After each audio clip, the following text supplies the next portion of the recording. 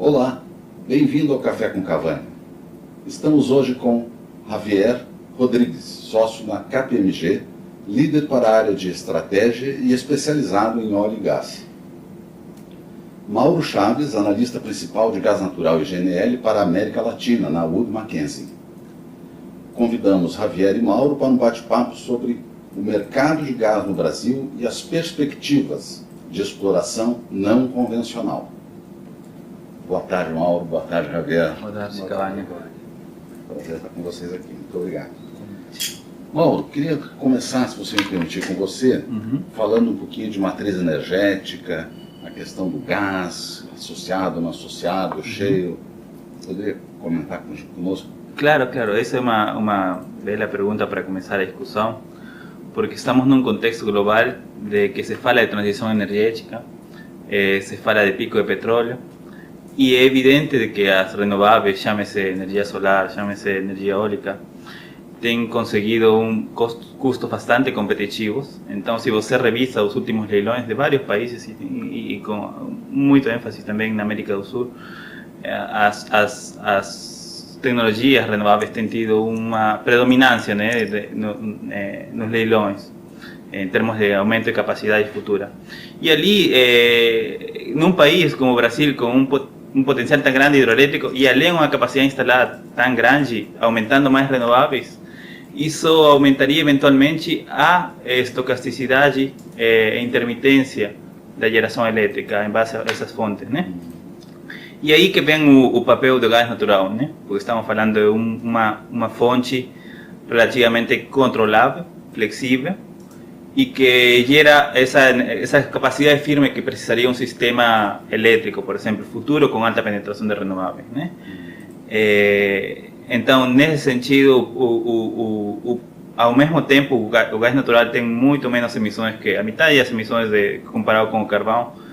E, claro, tem menores e maior aceitação social comparado a uma aceitação social e ambiental comparado a uma tecnologia nuclear, por exemplo, né? Então, e além disso, para complementar e talvez continuar as seguintes perguntas, eu diria que o Brasil é um país com um futuro bastante promissório em termos de oferta de gás natural, né? Dado pelo gás associado ao pré-sal, basicamente. Principalmente por causa da bacia de Campos, a bacia de Campos Santos e exatamente. pré-sal, principalmente. Exatamente, né? Se quiser, posso dar alguns números antes de talvez... Não, eu acho que concordo completamente com o comentário do Mauro, né? Eu acho que a gente tem que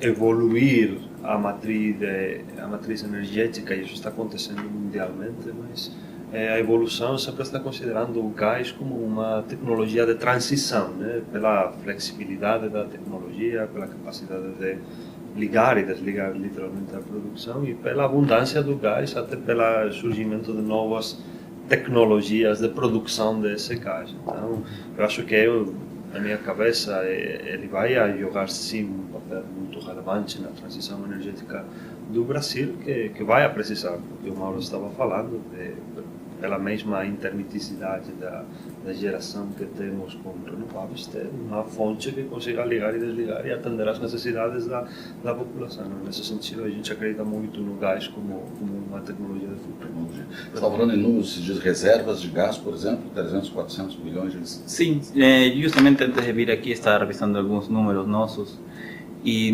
a Wood Mackenzie modela o que chamamos reserva comercial, seria a produção que nós projetamos para o futuro, campo por campo, né? E estava vendo os números para o Brasil e nós projetamos umas reservas comerciais remanentes da ordem de 18 TCF, né? Para que você tenha uma ideia, agora a Bolívia tem umas reservas provadas da ordem de 8 TCFs, né? 8 ou 9 TCFs. Então isso coloca, agora, por trás disso também existem desafios de como monetizar o gás, né? Atualmente, a demanda do Brasil é da ordem de 90 milhões de metros cúbicos. Isso. 90%. Então, a produção atual é da ordem de doméstica que se coloca no mercado, né? A produção doméstica é da ordem de 57 milhões de metros cúbicos por dia. É mais porque essa 57 conta com a reinjeção. O total chega a mais de 80, 90.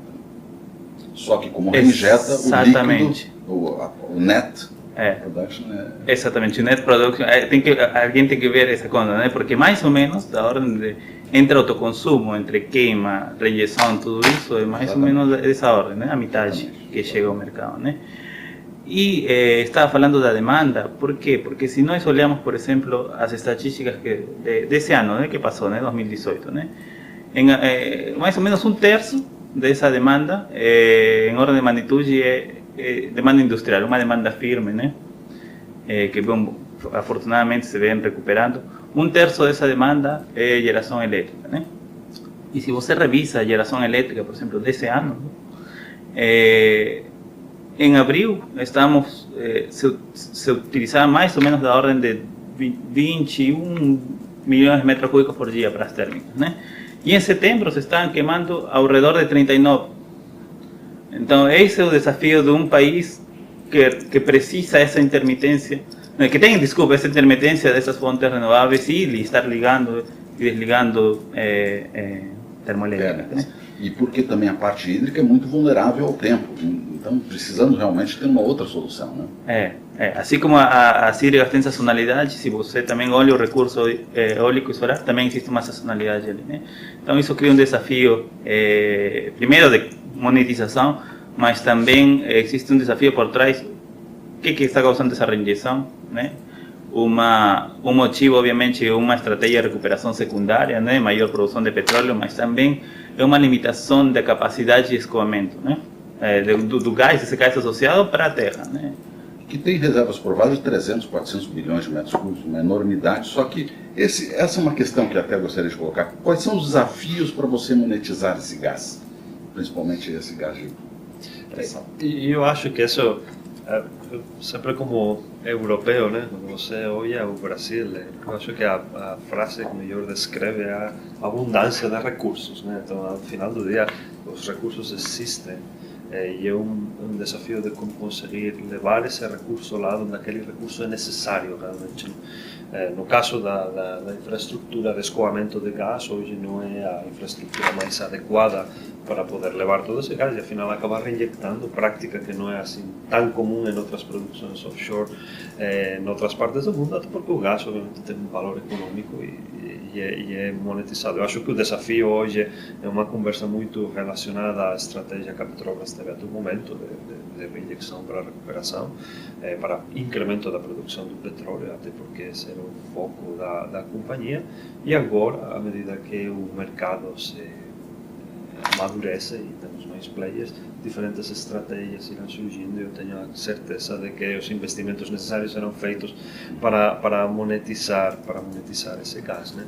Ainda assim, eu sempre acho que quando a gente fala de matriz energética, a gente fala de monetização de recursos naturais, o Brasil está em uma estrada que qualquer outro país já esteve no passado. O Brasil até agora tinha foco em determinadas coisas e tentava crescer nessas coisas. Agora começa aquele incremento da competitividade, se você quiser, tem mais players e, portanto, as estratégias começam a ser muito mais complexas e muito mais envolventes e começa a ter que considerar diversos fatos de monetização, diversas tecnologias de produção. E esse é o ponto que estamos amadurecendo como gerador de recursos naturais e, portanto, eventualmente eu tenho dúvida que coexistirão diferentes tecnologias que permitam alcançar o ponto óptimo de equilíbrio do mercado, que ao final será o que acabe definindo qual é essa matriz específica que existirá no Brasil. E muito mais por mercado do que por estratégia individual de empresa ou de governo interferindo. Quer dizer, o resultado do mercado direcionando essas soluções. Mas esse é um ponto natural em muitos outros países do mundo, né? O começo, o desenvolvimento dos recursos é muito drivado por um ente, normalmente um ente público, e eventualmente, à medida que esse mercado é desenvolvido, outros players começam a entrar e a estratégia muda porque a dinâmica começa a mudar. E eu acho que esse é o interessante do Brasil a dia de hoje, que estamos em meio desse processo. É isso que realmente as oportunidades são então gigantes também, por conta disso, né? Agora, e o shale gas nessa história toda, quer dizer, temos potencial ou nem sabemos se temos potencial? nós já temos um mapeamento razoável, em comparação inclusive com outros países, né? Vamos chamar Estados Unidos, Argentina e outras coisas. Como é que a gente pode endereçar isso? Para mí eso es, de nuevo, voltando a disculpa, No, pero para mí, claro. voltando a ese ponto, é interessante. Obviamente a gente não conhece as reservas que temos, não estão provadas, mas a gente tem boas dicas de que existem, de fato, reservas. Os nossos vizinhos do sul encontraram bastante coisa. Mas é incrível, sendo um país como é o Brasil, com essa abundância de recursos naturais, que ninguém está olhando esse potencial.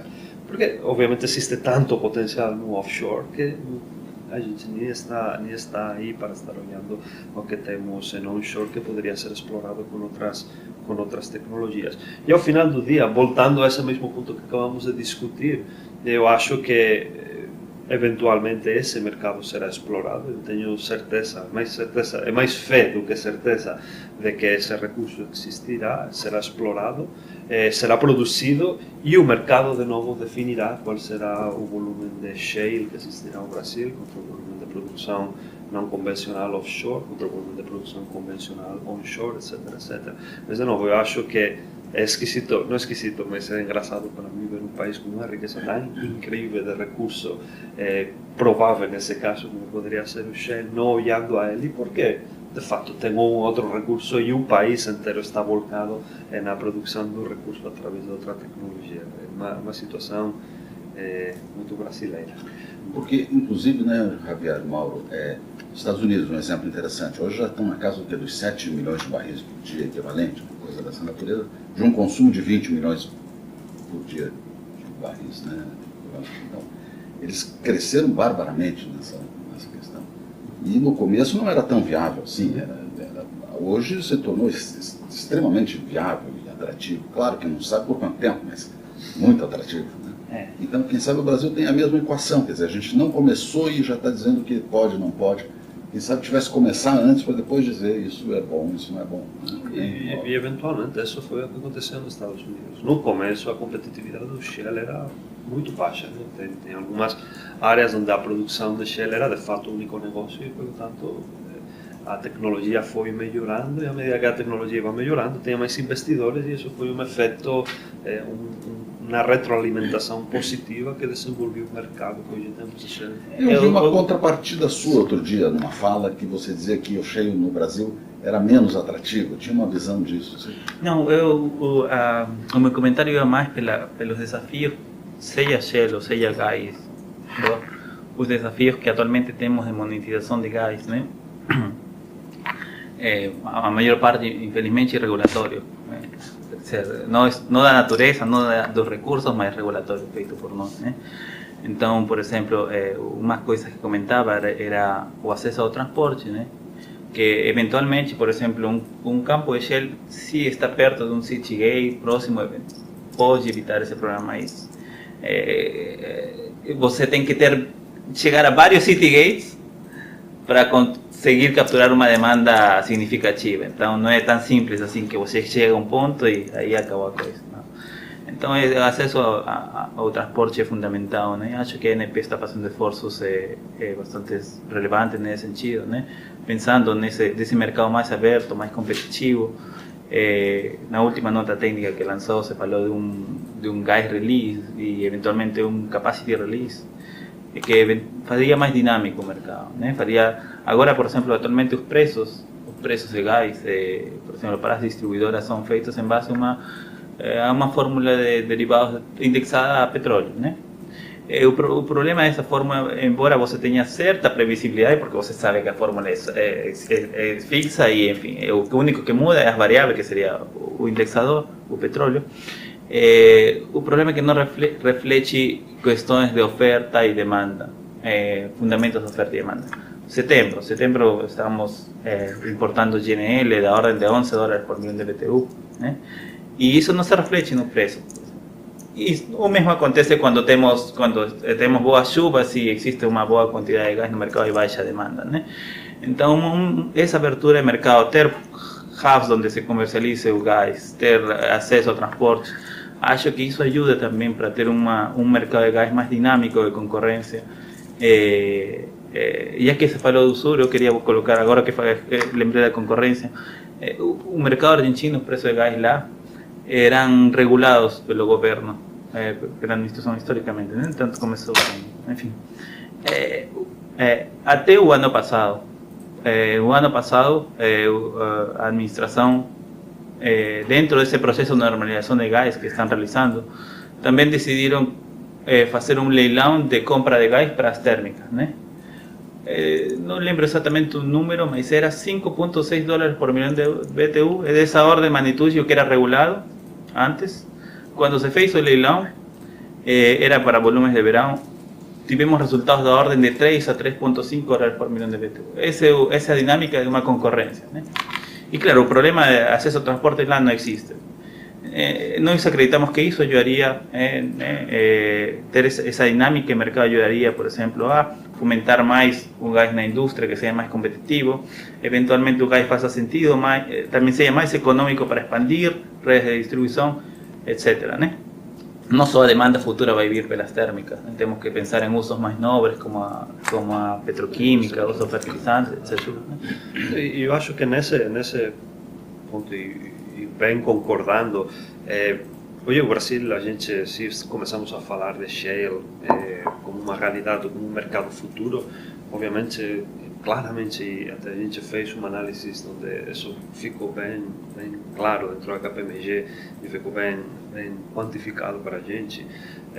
A componente logística, tanto de inbound e outbound, para qualquer exploração de shale, e a componente regulatória, são hoje os grandes impeditivos da produção. Então, isso é um fato.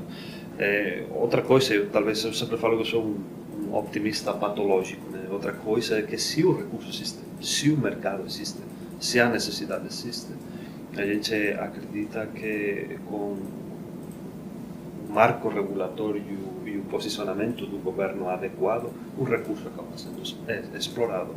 Eu acho que um dos grandes benefícios do modelo da produção de shale é aquele conceito de gasto X, né? A capacidade de poder consumir o recurso lá onde ele é requerido.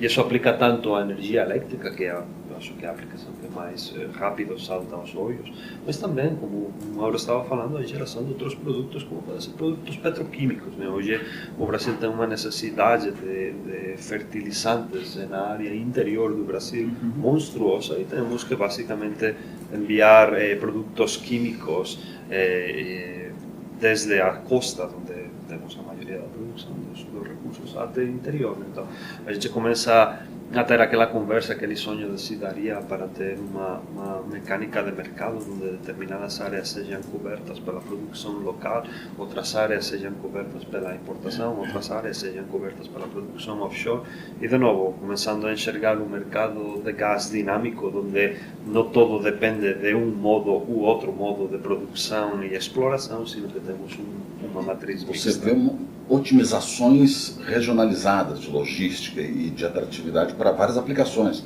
para petroquímica, para térmicas, mas em função até dessas localizações, às vezes distantes, onde você pode ter o shale. Mas ali você pode ter um cluster, inclusive com fornecedores locais, inclusive com todo esse arranjo. E eu sou daqueles que acredito que o mercado acabará definindo qual é esse mix. Mas tem que começar, tem que regular corretamente e tem que começar a trabalhar. Eu coloco ênfase no que Javier falou, né? Eventualmente o mercado vai ditar se faz sentido fazer chegar ou não, né? Se depende dos preços, estão respondendo. Se os preços dão um prêmio a um gás não associado, que eventualmente é o caso, o que seria o caso do Brasil, próximo a uma região determinada de centro de consumo, eventualmente se faz sentido, né? Mas se não temos esse mecanismo de mercado, infelizmente fica... Agora me contem uma coisa, quer dizer, quem são os investidores do shale gas, por exemplo, nos Estados Unidos, na Argentina, e quais seriam os potenciais investidores no Brasil? Quando você olha, e isso é para mim uma das... vamos a falar agora um pouquinho mais de Estados Unidos, porque talvez a Argentina está passando por um modelo mais tradicional até o momento, até porque a regulação também demorou um pouco, esse mercado está demorando um pouco em se amadurecer, mas quando você olha Estados Unidos, você vê uma movimentação no tipo de investidor que é bem diferente da dinâmica que você tem na produção convencional ou na produção não convencional offshore. Pelo fato de ser os investimentos, o capex necessário para a exploração e a produção muito mais pequeno e ter uns ciclos de vida muito mais curtos em termos de produção em cada poço, você acaba tendo uma dinâmica muito mais ágil de investimento para a produção do shale gas e, portanto, você acaba tendo investidores que não necessariamente têm um perfil tradicional de ser um grande investidor com um grande volume de capex e um planejamento de 20 anos de um poço, mas você tem investidores que têm a bondade de ter um perfil de risco muito mais elevado, que dinamiza muito o mercado. Nos Estados Unidos você tem um mercado incrivelmente fracionado de produtores. E você tem um mercado de investidores incrivelmente diverso. Tem investidores financeiros, investidores estratégicos, investidores puramente operacionais. Então, tem essa mistura que eu acho que é uma das grandes vantagens da competitividade nos Estados Unidos. A gente está começando a perceber isso no Brasil. A gente está começando a perceber investidores não tradicionais interessados, e quando falo investidores não tradicionais, investidores tradicionalmente financeiros interessados na entrada no mercado de petróleo. Javier, e alguns até que faziam provimento de serviços e tecnologias que começam a pegar a parte mais de risco do capital da produção, mas de novo é porque o perfil de risco de uma produção no âmbito de shale, se bem o perfil de risco poderia ser superior, é muito mais controlado. Você sabe que o impacto em termos de capital é mais pequeno e o período mais curto. Então, tem retornos mais rápidos de investimento e você permite outro tipo de investidor começar a se interessar. Pode ser um fornecedor de serviços de campo que eventualmente fala, eu vou começar a produzir. Pode ser uma private equity, um capital de risco que fala, eu vou fazer um investimento de 20 milhões de dólares lá e vou ver o que acontece. E os Estados Unidos estão bem diversificados. Você tem de todos os tipos de investidores, os operacionais, os financeiros. Aqui você vê como isso, Mauro? Isso o Javier levantou um aspecto bem interessante, né, em termos de concorrência, né? Se você olha o perfil, por exemplo, de propriedade do gás, né, aqui no Brasil, você vai ver majors, talvez eu diria 5 players, donos da 90% dos lugares. Então, enquanto, por exemplo, não indo muito longe, voltando para o caso da Argentina, né, você vê uma distribuição muito maior, né? Talvez eu diria que 10 são os principais. Então isso é interessante, né? E você também tem, por exemplo, o caso de emblemático, né? Fortín de Piedra, um campo lá, né? Que um player que quase não tinha produção de gás, passou de ter 0 a 2 anos ter 14 milhões de metros cúbicos por dia, não? Isso é interessante também do quão rápido você consegue levantar a produção no caso do shale gas, né? Mas, enfim, a minha única preocupação é que existem aspectos regulatórios urgentes. Que esse ano, final de ano, termina o contrato Bolívia-Brasil, né? Obviamente pode se estender e vai se estender eventualmente 2 anos, né, para recuperar volumes. E ao mesmo tempo temos contratos, ao mesmo tempo a Petrobras com as distribuidoras, e existe uma chamada pública para contratar mais gás, e ao mesmo tempo temos no Nordeste algumas térmicas do PPT que estão terminando o período dessa concessão. E isso coloca uma urgência, né? Um desafio regulatório, você diz. Isso. Quais são os grandes pontos dessa mudança regulatória que você vê no gás? Olha, eu diria, primeiro, acesso a Essential Facilities, o conceito de Essential Facilities, que é escoamento, processamento, terminais de regasificação, etc. Isso a ANP já fez bastantes avanços. Acesso a terceiro, estou indicando, né? Como eu indiquei, acesso ao transporte é fundamental, né? Criação de mercado também.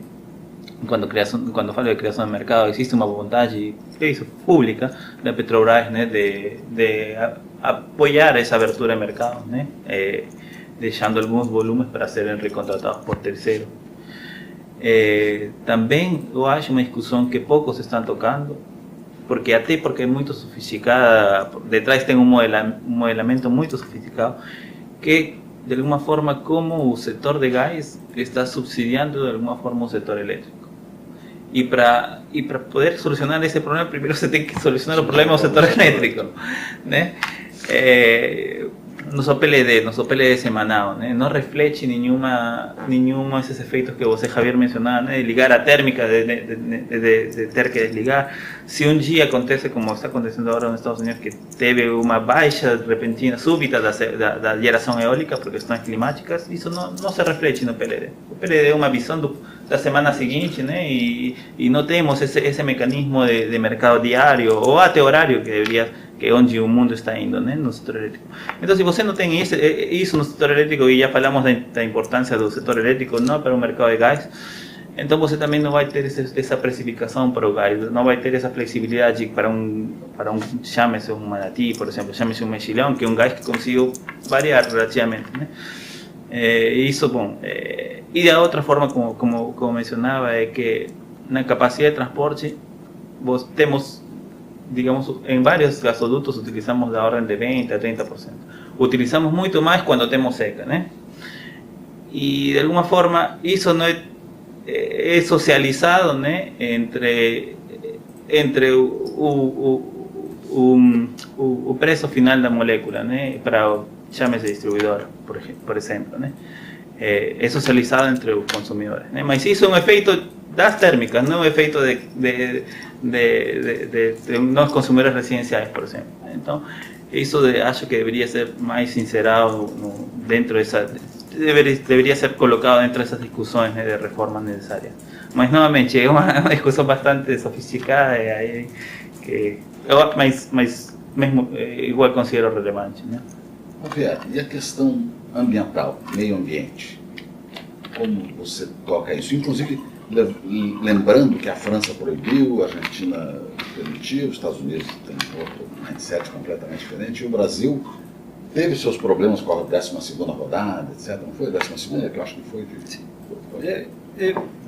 A questão ambiental é um ponto bem delicado quando falamos de Shell. Eu acho que a questão ambiental, ela necessariamente primeiro tem que começar por assegurar que a regulação ambiental está naquele patamar, naquele estándar internacional que garante que as medidas que o produtor tem que tomar a fim de evitar alguns desses riscos medioambientais sejam implementadas. Então, eu acho que a questão medioambiental ela começa com uma clareza de qual é a regulação aplicável, nesse caso, à produção de shale. Então, acho que temos que começar necessariamente por esse ponto. Se é certo que tem acontecido alguns eventos medioambientais, por exemplo, nos Estados Unidos, e enfim, eu acho que, de novo, à medida que o mercado, que a tecnologia de shale é mais desenvolvida, está em processo de desenvolvimento, a gente vai também considerando elementos que não foram considerados antes e, portanto, aplicando as tecnologias necessárias para que isso não aconteça.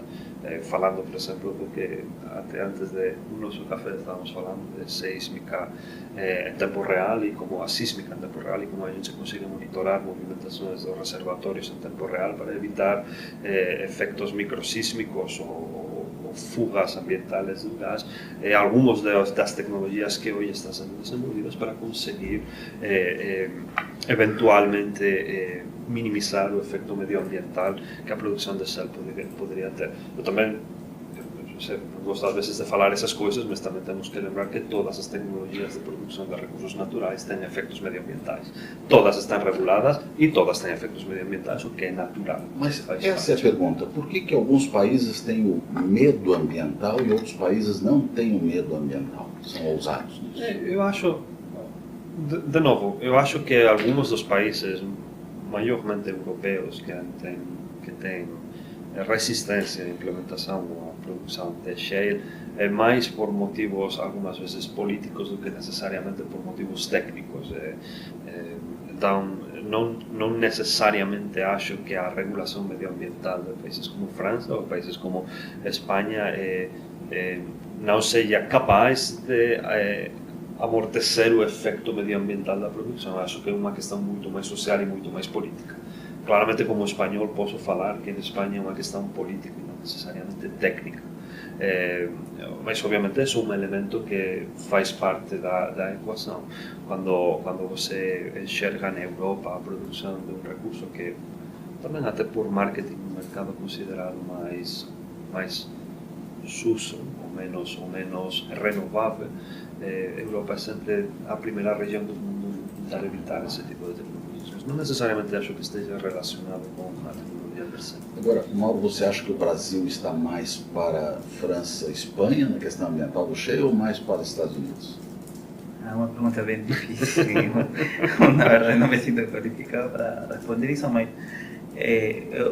tradicionalmente, né, localidades onde tem tido uma tradição histórica de ser, chame-se Texas, chame-se Neuquén, né, em Argentina, de ter tido essa atividade de petróleo e gás, geram menos resistência, né, estão, digamos, enxergam de outros olhos, enxergam mais pelo lado também, pelo lado do impacto social positivo que possa ter na comunidade, em termos de geração de emprego, em termos de movimentação da economia local.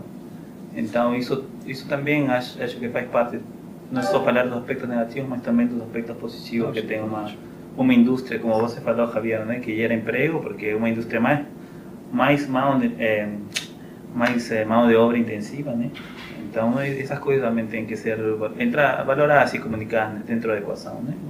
Eu acho, só um pequeno ponto, nesse ponto é super relevante, de novo, porque eu acredito no shale no Brasil, é porque o shale também tem uma capacidade de gerar emprego em determinadas regiões, não necessariamente em regiões tradicionalmente, por exemplo, costeiras, onde tem a produção de óleo. Então, eu acredito que eventualmente essa possível resistência medioambiental acabará entrando mais para a parte econômica. Eu recebi da Isis, sua engenheira, aqui na KPMG, vou até mostrar aqui na tela, Brazilian Conventional Revolution, né?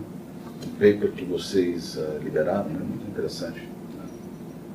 Quer falar um pouquinho sobre ele? Não, eu acho que esse paper um pouco captura o espírito dessa conversa que acabamos de ter agora mesmo, não?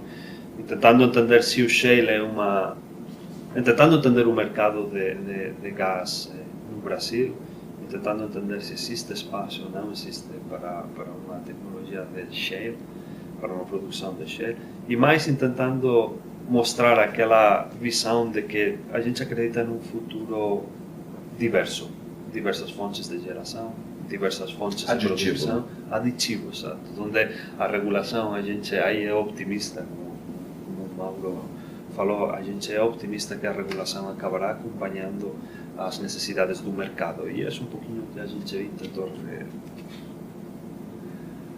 Gostaria de agradecer Mauro e Javier pelo tempo, pela conversa. Muito obrigado. Muito obrigado. Foi um prazer. Eu só queria um ponto final, pedir desculpas pelo portunhol. Faz 8 anos moro no Brasil, mas nunca aprendi a falar direito. Completamente claro e rico nas suas colocações. Muito bom. Foi um prazer, foi uma conversa muito boa. Obrigado. Muito obrigado. Boa tarde.